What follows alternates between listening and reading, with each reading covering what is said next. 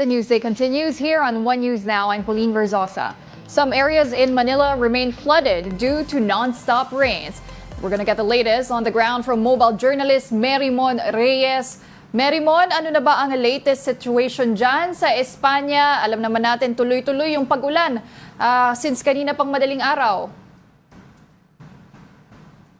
Yes, Pauline, dito ngayon sa Espanya Boulevard. Kahapon actually nung paglibot natin sa U-Belt, wala tayo na obserbahan na pagbaha. Pero ngayon, bahang-baha na ang kahabaan ng Espanya Boulevard. Kahit tayo mismo, nakalubog na yun dito, umaabot na sa tuhod, pabewang ang taas ng baha dito. Pagdating naman sa daloy na trapiko, wala na rin tayo makikita dahil iilan na lang ang dumadaan dito. Madalas ito na yung mga matataas na pampasaherong sasakyan. Kanina may dumaan ditong bus yung mga biyahe papuntang PTEX pa, SM Fairview. Kanina na meron ding umikot dito mga rumoronda nga ng truck ng bumbero. Pero yun nga lang, wala tayong iba nang makikita sa ngayon. Meron ditong isang taxi cab na UV. Kanina nakaparada lang siya dito sa gilid eh. Pero ngayon, ayan na siya. Sinusubukan na siyang ialis pero mukhang tumirik na dito eh. Hinahanap din natin actually yung driver mula kanina pero mukhang iniwan na ito mismo kanyang sasakyan. Pero tayo ngayon dito, nakalubog tayo hanggang tuhod dito dahil nakatungtong ako sa maliit na parang island. Pero pag bumaba na dito hanggang bewang na ang level ng tubig baha sa Espanya, Pauline. Merimon, marami rin bang na-stranded na mga commuter? Alam natin, suspended na ang pasok sa NCR, sa government offices, pati mga paaralan. Pero yung sa mga pribadong kumpanya, tuloy pa rin na nasa discretion nila yung pasok. So, may iba bang mga commuters, workers na na-stranded din dyan sa Espanya? Yes, Pauline, napakarami. At lahat ng mga nakausap natin kanina, ang sinabi nila, wala na raw silang masasakyan, pero dahil may kailangan silang puntahan, kailangan nilang pumasok sa kanilang mga opisina, naglalakad na lang daw talaga sila. Actually, yung iba pa nga nakita natin, nakikisakay na lang sila, humahawak sila sa mga malalaking kahoy, merong nag-aabot dito para lang daw matusok. Baka kasi merong mga sinkhole na hindi makikita, mga luba, at baka matumba pa lalo yung mga dumadaan dito, lalo-lalo na sa Espanya Boulevard. Mukhang delikado nga, pag lulusong pa sa baha. Pero, Merimon, kamusta naman naipon ba yung mga basura din dyan sa Maynila? Nabara rin ba yung iilang mga drain? Kasi sabi pa pala, Pauline, eto na, dumadaan na sa ating harapan ngayon ang ilang mga styrofoam, mga plastic, kahit pira-piraso ng kahoy. At isa pa sa mga hinaing nga ng mga residente nakausap natin nung naglilibot tayo kanina habang naka-live tayo sa 1PH, yung mga kanal daw po. Ilan sa mga kanal dito sa Sampaloc, barado pa rin daw kaya nahihirapan pagdating nga sa pagsuseso ng daloy nga ng tubig baha. Kaya may mga lugar din dito tulad ng Perpetual Socorro. Dito lang din yan sa May Cayco, Espanya, pagpasok dito. Pinasok na rin, tumatampisaw na rin ng tubig sa loob nito kaya naglalagay na rin sila ng bukangin para hindi na nga pumasok ang tubig baha sa loob na, inalon tayo, sa tubig baha. Pero bukod naman doon, pare-pareho ang sentimiento ng mga tao na sana ng araw huminto na itong patuloy na buhos ng ulan dahil hindi nga lang naaapektuhan dito ang kanilang mga tahanan, ang kanilang pamumuhay, pati na rin ang trabaho at yung mga sasakyan. Mukhang tumitirik na rin yung nakita nating SUV na dumaan dahil buhos na siya at nagbabagal na. Oo, pero Merimon, kamusta yung lagay ng panahon? Parang hindi naman na masyadong bumubuhos yung ulan dyan. Oo, Pauline, medyo humina na kumpara kanina. Sobrang bigat talaga ng buhos ng ulan. Ngayon, meron na rin tayong kaunting liwanag pero makulimlim pa rin siya sa ngayon. So, antabayanan natin na sana magtuloy-tuloy na humupa, hindi lang ang buhos ng ulan, kundi pati na rin itong pagbaha. Kahapon nga, wala itong baha pero yun nga lang, ngayong ang Espanya Boulevard ay binabaha na po. Merimon, may balita ka ba kung nagsimula na yung mga evacuation, yung mga residente, nasa kanilang mga bahay pa ba? O ina-advise na sila ng Manila na lumikas na?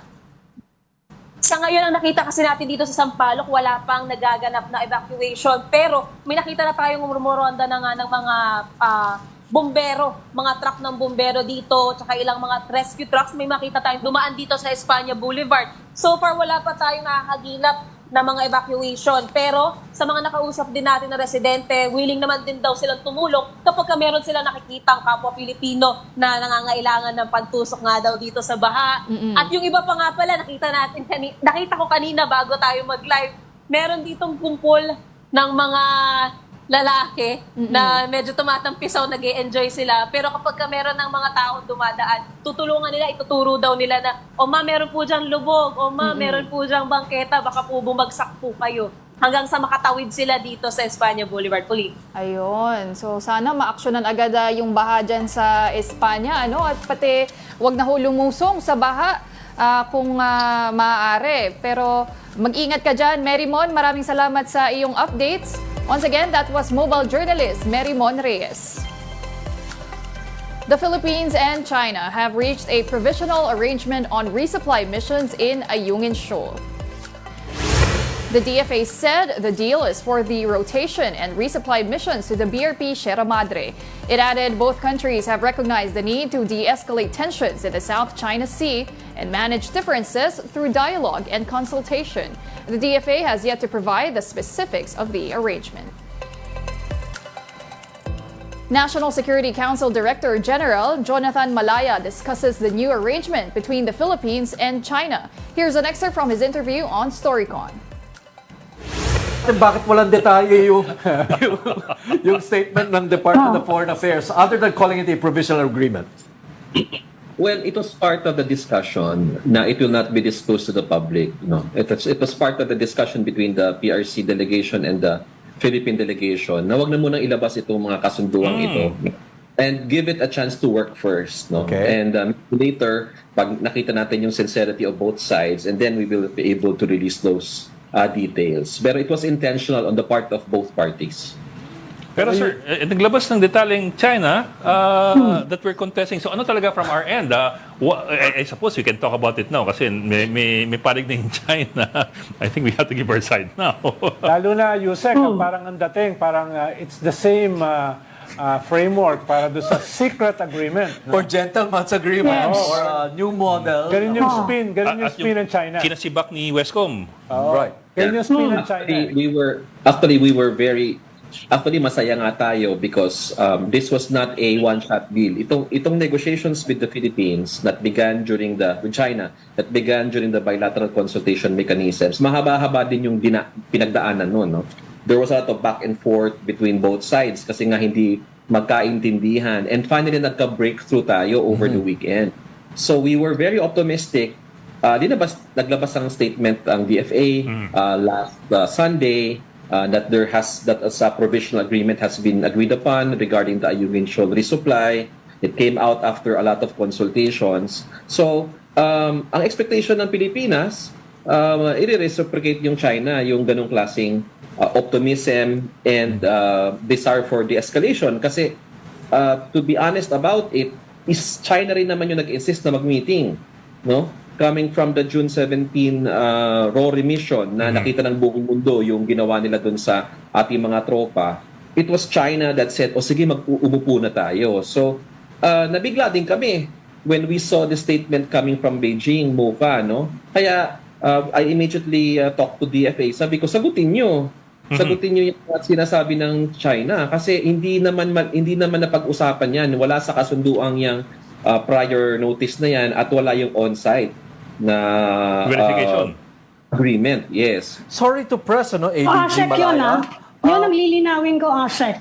Yung mga detalyeng yon wala sa provisional agreement. It was not even proposed. Tama ba yon? It was proposed. The Chinese side was insisting on it, no? But of course, we did not agree.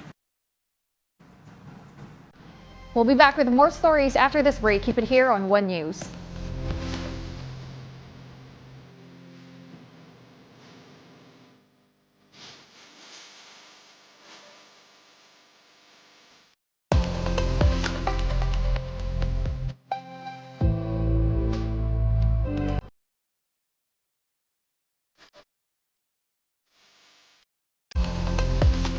Suspended Bamban Mayor Alice Guo has apologized to Senate President Cheese Escudero over her earlier remarks. This comes after she said that some senators are fixated on her instead of focusing on critical issues in the country. In a letter, Guo apologized for any, quote, misunderstanding caused by her previous statements. She clarified that she had no intention to dictate the Senate and only meant to give suggestions. The embattled mayor also asked for help so that the people of Bamban will not be neglected. For his part, Escudero understands Guo's request, but he wants the mayor to come forward.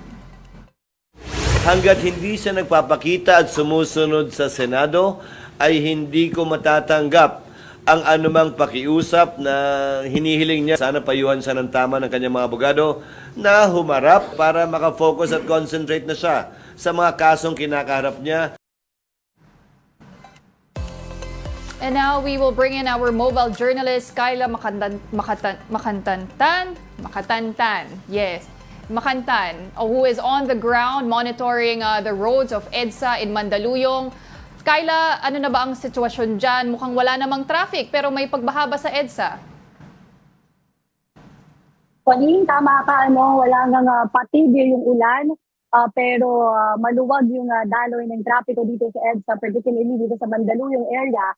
At ayon sa ating nakausap kanina from MMDA, dahil din yan sa pagkansela nga ng mga pasok sa eskwela, ganoon din sa mga opisina sa gobyerno. Kanina, nilibot din natin yung dito papasok sa Bonnie Avenue, at dito naman sa area, wala pang baha o yung mga, wala pang flooded area dito. Pero yung nakausap natin ng ilang tricycle driver, sinabi nila doon sa Rotonda at sa City Hall ng Mandaluyong, doon daw talaga medyo mataas na yung baha.